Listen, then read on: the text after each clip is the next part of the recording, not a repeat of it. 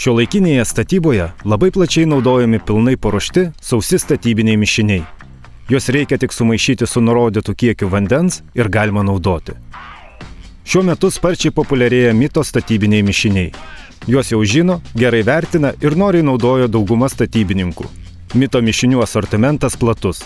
Tai gipso pagrindu pagaminti gipsiniai mišiniai sienų ir lubų tinkavimui, glaistymui, gipso ir kartono plokščių klijavimui, siūlių sandūrų užtaisymui. Cementiniu pagrindu pagaminti Mito mišiniai mūro darbams, sienų ir lubų tinkavimui, plytelių klijavimui, grindų betonavimui, išlyginimui ir kitiems panašiems darbams. Fasadiniai Mito sertifikuotos sistemos mišiniai izoliacinių medžiagų klijavimui, paviršių gruntavimui, armavimui ir dekoratyvinio sluoksnio suformavimui.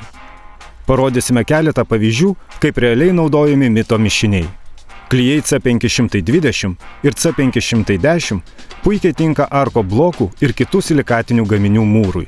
C520 ypač stiprus. 20 stiprumo klasės klijai tinka stipriems arko blokams mūryti. Klijus paskleisti rekomenduojama, naudojant specialias klijų dėžutes. Gipsinis rankinis ir mašininis tinkas A100 ir A110 puikiai tinka tinkuoti ir lyginti įvairius paviršius pastato viduje iš silikatinių blokų, plytų, betono, keramikos ir panašiai.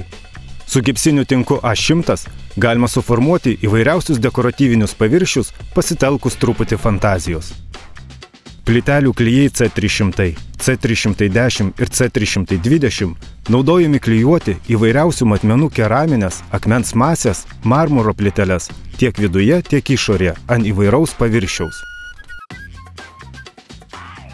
Gipsiniai klijai A300 puikiai priklijuoja gipso kartono plokštes prie įvairių mineralinių paviršių – blokų, plytų, tinko.